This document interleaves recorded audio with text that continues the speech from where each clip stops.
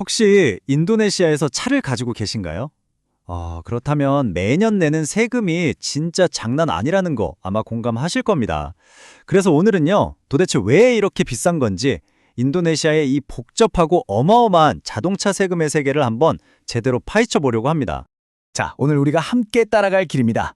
먼저 왜 이렇게 비싼지부터 시작해서 세금 구조는 어떤지, 정부는 어떤 고민을 하는지, 다른 나라는 어떤지, 그리고 앞으로 어떻게 바뀔지 이 5가지 단계를 차근차근 짚어볼게요. 네, 그럼 바로 첫 번째 이야기부터 시작해보죠.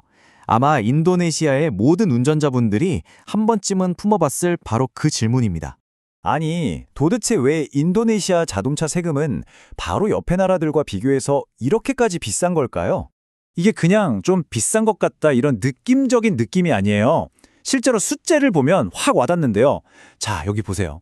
정말 인기 많은 패밀리카죠. 토요타 아반자.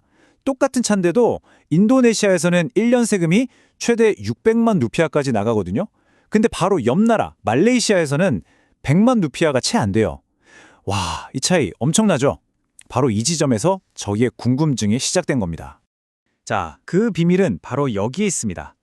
이 비싼 세금이 사실은 한 가지 세금이 아니라는 거죠. 마치 양파처럼 까도 계속 나오는 여러 세금이 겹겹이 쌓여있는 구조입니다. 한번 보세요.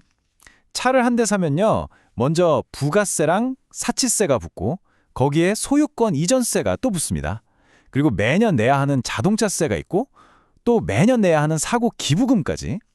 차가 도로에 나오기도 전에 벌써 이렇게 세금이 덕지덕지 붙는 거예요. 그래서 인도네시아 대학에서 연구를 해봤더니 와, 결과가 정말 놀랍습니다. 우리가 내는 자동차 가격의 최대 42%가 그러니까 거의 절반 가까이가 세금이라는 겁니다. 정말 어마어마하죠? 아까 그 복잡한 약어 중에 SWDKLJ라는 게 있었죠? 이건 사실 그냥 세금이라기보다는요. 일종의 의무 보험금 같은 거예요. 만약에 사고가 났을 때 피해자들을 보호하기 위한 최소한의 안전망이라고 생각하시면 됩니다. 그럼 정부는 왜 이렇게 복잡하고 비싼 세금 체계를 유지하는 걸까요? 여기서 정부의 딜레마가 드러납니다. 사실 이 세금으로 두 마리 토끼를, 그것도 전혀 다른 방향으로 가는 두 마리 토끼를 잡으려고 하고 있거든요. 첫 번째 토끼는 바로 돈입니다. 특히 말루크 같은 일부 지역에서는요, 이 자동차세가 지방 전체 세금 수입의 80% 이상을 차지해요. 그러니까 지역 발전을 위해서는 절대 포기할 수 없는 아주 중요한 밥줄인 셈이죠. 그런데 다른 한쪽에서는 이런 고민이 있습니다. 바로 교통체증이죠. 특히 자카르타 같은 대도시를 보면 매년 차는 2.7%씩 늘어나는데 도로는 고작 0.01% 늘어납니다. 이건 뭐 이길 수가 없는 싸움이잖아요. 그래서 비싼 세금으로 제발 차 좀 그만 사라는 신호를 보내고 있는 겁니다. 그렇죠. 바로 이 딜레마를 한 연구원이 정확하게 짚어냈습니다. 세금을 올리면 교통체증은 좀 나아지겠지만 당장 자동차 산업은 힘들어지고 서민들이 차 사기는 더 어려워지는 이런 상충 관계가 생기는 거죠. 그렇다면 다른 나라들은 이 문제를 어떻게 풀고 있을까요? 인도네시아처럼 이웃 나라들도 똑같은 고민을 하고 있을까요? 교통통제의 끝판왕이라고 할 수 있는 싱가포르를 한번 볼까요? 여기는 COE라는 제도가 있는데요. 이게 뭐냐면 차를 소유할 수 있는 권리를 경매로 사는 겁니다. 이 권리증서 가격이 어떨 땐 자동차 값보다 더 비싸요. 정말 강력한 통제 방식이죠. 자, 이 표를 보면 한눈에 딱 들어옵니다. 말레이시아는 누구나 차를 살 수 있게 낮은 세금을 유지하고요. 싱가포르는 아무나 차를 못 사게 아주 엄격하게 통제하죠.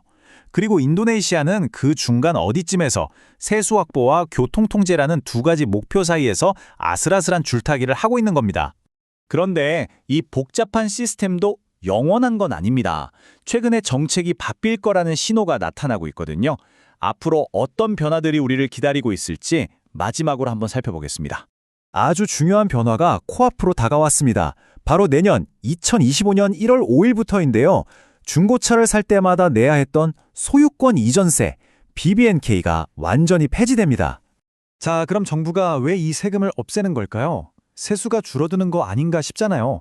근데 그게 아니에요. 일종의 빅픽처를 그리는 거죠. 당장의 일회성 수수료를 포기하는 대신에 차량 소유 정보를 투명하게 만들어서 매년 꼬박꼬박 내야 하는 더 중요한 연간 세금을 확실하게 걷겠다. 바로 이런 전략인 겁니다. 결국 이 모든 변화는 우리에게 마지막 질문을 던집니다. 세금 제도가 더 간단해지는 건 분명 소비자에게 좋은 소식이죠. 하지만 그 결과로 차가 더 많아져서 도로가 더 막히게 된다면 과연 그게 모두에게 좋은 일일까요?